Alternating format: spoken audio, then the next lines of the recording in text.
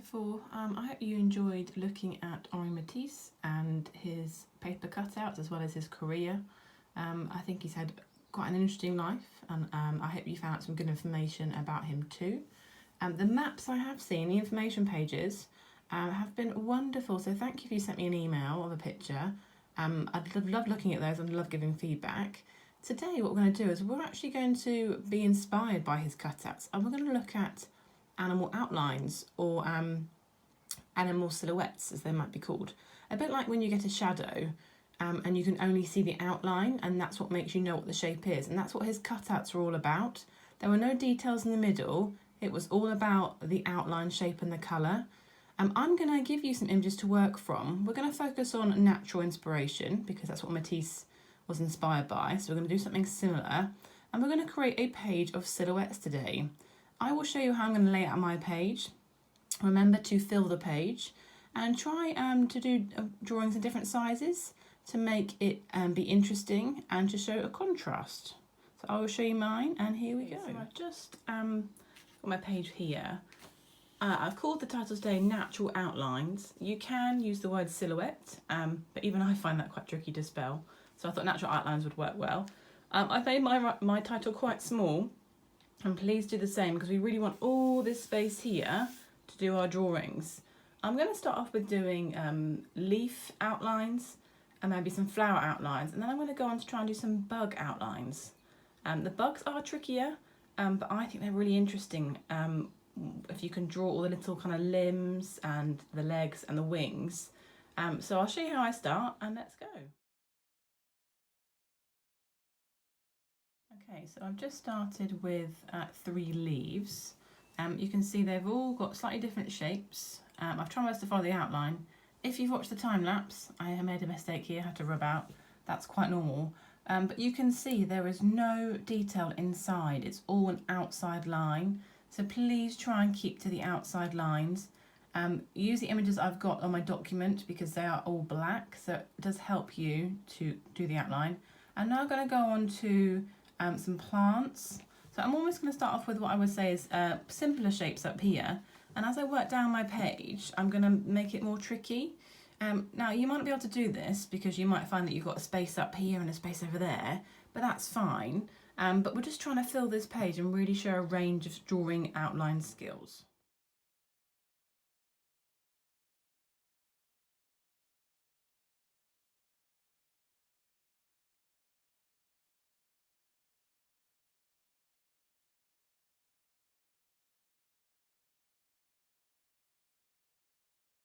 Right, so I've just done this one here, and you can probably see that when I drew it in the time lapse, that and you can even see here now that I've done it in lots of different shapes. It's okay to do it that way too, that's what I wanted to show you. And you can probably also tell that I've gone quite large on this one, because like I said in the introduction, it'd be nice to show some bigger work and some smaller work. So my next one I'll probably do about here, and I'll do that one a bit smaller. When we're going to finish these off, we're going to actually go around them and add some colour. So what I will do is in a moment I will rub out all my lines where everything overlaps, so it's neater before I add my colour later on. Okay, you can probably start seeing now how my page is starting to get a bit more full with lots of outlines and shapes. I'm going to keep going now. I'm going to fill this space just down here, and I'm going to move on to maybe a few more flowers or maybe some trees, and I'm going to do some animals or bugs, and you will see that there's a range of them on the document I've created. Enjoy this. If you find something really tricky, that's okay, it happens. But do try to maybe, if you find it really tricky and you can't finish the whole image, maybe just try and do half.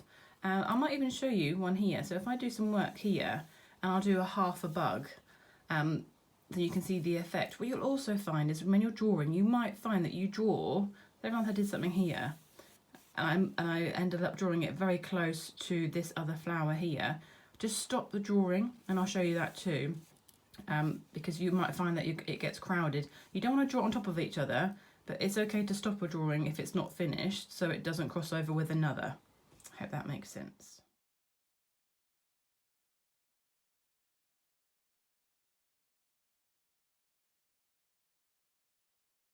So I've just drawn in 2 more. See here, I've got the stag beetle here, but I've only drawn half. Yeah, it's okay to draw half of a silhouette, especially if you're finding it tricky.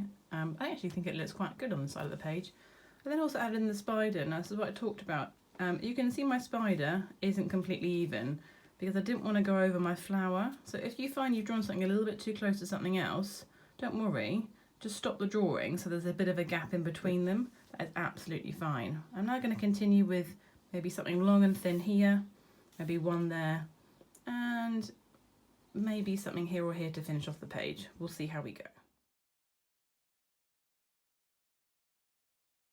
Okay, so I feel like this is nearly finished. This space here needs something, but I just thought I'd show you how far I've got. So, in this space possibly. So I've just added in a bug here, praying mantis, I think it's what it's called. And I've just made a very long kind of reed or grass there to fill that little skinny space. And then added in another leaf outline, but again it's a bit too big, so I've had to stop it there. And then a couple of smaller leaves over here. So I'm going to add in 2 more there, and I think that page is then finished. And then I can start to look at outlines and a bit of colour.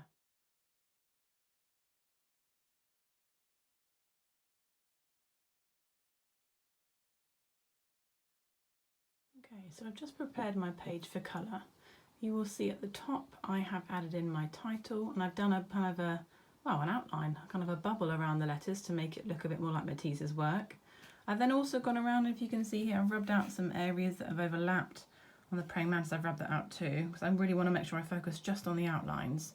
And these ones will get trickier because there's a few more fiddly gaps, but that's fine. We're now going to add some colour to these. Now I've chosen some felt tips that I've got at home, and I might add some more colours than what I've got there. But the aim is to basically make these look like kind of coloured paper, so we want to make them very blocky.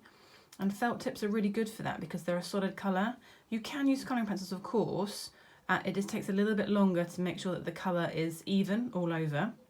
And when I pick my colours, I'm going to try and pick colours that match the creature. So I think I'm going to have to go for black or brown for the spider and the stag beetle. Go for green for the praying mantis. This is a dandelion, so I think I might go for yellow. I'm not sure what this flower is, but I think I might go for maybe a green. Might even go for a red. Actually, no, I'll go for a red because these are like berries. I'll go for a red. So the aim is not to colour it, not to colour in different colours. Is each shape should be a different colour. Again, it would look like then cut out paper. These are tulips, so I could do a range of colours there. And the leaves, I can do different colours of green or brown or orange if they were autumnal. So just really try and think what is the main colour of that outline and use that as the colouring in colour, if that makes sense. So we're blocking the colour out rather than colouring in, slightly different. I'll show you mine when it's finished, so you can have a good idea of what I've done here for. You can see I've added quite a lot of colour to my outlines, and I think they are looking quite like paper cutout, which I'm really happy with. I haven't done my stag beetle yet because I also wanted to talk through with you, excuse me, how to do this, and just a good way of colouring in. So what you can do to make sure that you get a good outline is to go and create what's like a border around the main part of the shape. Now these leg bits here I'll have to do very delicately, but the aim is to just try and follow with the pen. Now my pens are quite thick, just got to go slow, and you can see I'm just going around the outline. Now what that means is then is that when I get to the middle I can colour in all this other colour here, all this black. I can just fix that line there without worrying about going outside the lines because I've already kind of got this barrier or this border of colour to help me stay in the line. So when you're doing your colouring, it might be worth adding in a border first and then doing some colouring in the middle so you keep your outline as best as it can be. The other thing I just wanted to finish off by saying is that in nature there is no leaf or creature that is the same. So if you find when you're drawing an outline that it's not a perfect copy, it doesn't matter.